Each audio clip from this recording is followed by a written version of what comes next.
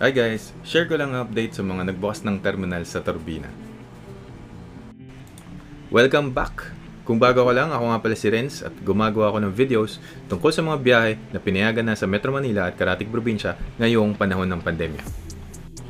May 3 ng terminal ang bukas dito sa Turbina at ang mga yan ay ang Philtranco, Alps at DLTV. Ang Superlines Terminal ay bukas na rin pero tumatanggap lang sila ng cargo kasi hindi pa rin pinapayagan ng biyahe papuntang Bicol hanggang ngayon. Ang Philtranco Terminal sa Turbina ay tumatanggap ng booking at ito ay nagsisilbering bus stop ng biyahe nilang Manila to Davao. Nagsisimula ang biyahe sa PITX pero nagpipick up sila ng pasahero sa SRIT at Turbina. Ito ang kanilang schedule.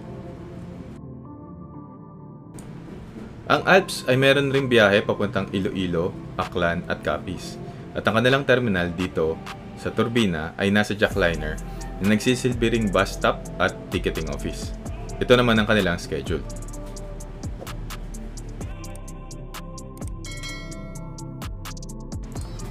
Ang panghuli ay ang DLTV na may biyaheng papuntang Samar at Leyte. Katulad ng dalawang naunang terminal na nabanggit, nagsisilbi rin itong ticketing office at bus stop papunta naman Samar at Leyte. Ito ang kanilang schedule.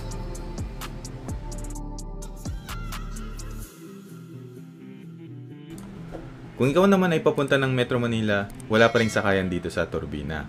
Pwede kang sumakay ng jeep papunta sa SM Calamba o Crossing kasi sa tapat ng SM Calamba ay ang terminal ng HM Transport na may biyahe papuntang PITX at Star Mall Alabang. Sa St. Rose naman, may biyahe papuntang Star Mall Alabang, Glorieta, Market at Loton. Ito ang kanilang schedule.